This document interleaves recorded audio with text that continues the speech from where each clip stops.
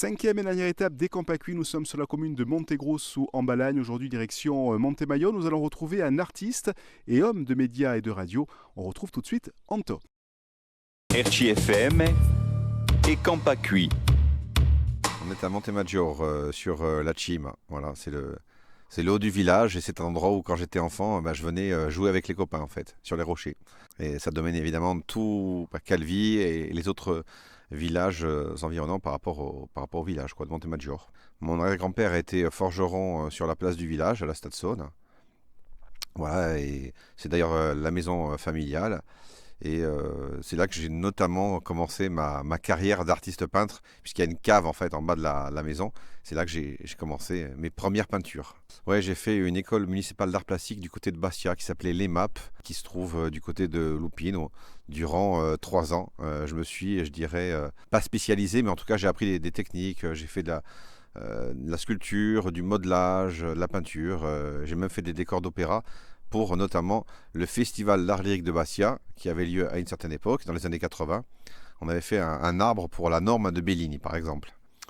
C'est un univers qui est centré sur le pop art, mais quand je dis pop art, c'est pas forcément que la peinture, c'est aussi pop, finalement ça regroupe toute ma culture, qu'elle soit musicale, cinématographique, l'univers de la télévision, et tout ce qui finalement aujourd'hui, ce qu'on appelle vintage en fait. Voilà, c'est un peu ça en fait, le pop art et l'univers pop.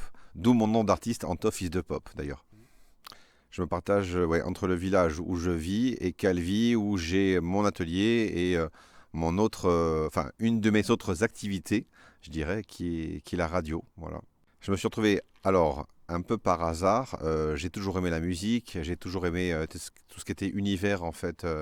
De ce qui était DJ, etc., etc. Et je me suis retrouvé un jour à faire une saison en fait dans une radio locale qui est donc Radio Calvi Citadelle. Puis j'y suis resté et puis finalement les deux univers correspondent bien parce que c'est, comme je disais, dans ma peinture, il y a beaucoup d'influences musicales, qu'elles soient insulaires ou plus modernes avec tout ce qui est disco, électro, etc. Et du coup, voilà, ce sont deux univers qui se rencontrent plutôt assez bien. Puis il y a aussi la partie culturelle, avec toutes les rencontres, les interviews que j'ai pu faire. Et ça se poursuit avec RCFM depuis l'été 2024. Moi, je vis un rêve éveillé depuis maintenant presque 35 ans. Ça fait 35 ans quasiment que je fais de la peinture. Je me laisse vivre. En fait, je suis dans une création permanente et ça ne s'arrête pas depuis 35 ans. Donc après, quand j'ai un peu de temps, je fais des expositions. Le seul problème, c'est que pour faire des expositions, il faut de la matière.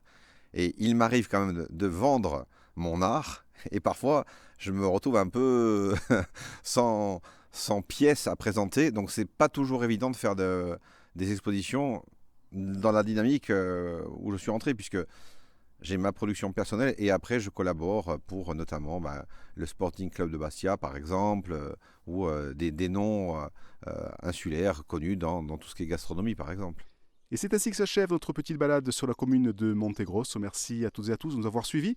On se retrouve très vite dans un autre territoire à Belge. RCFM et Campacui.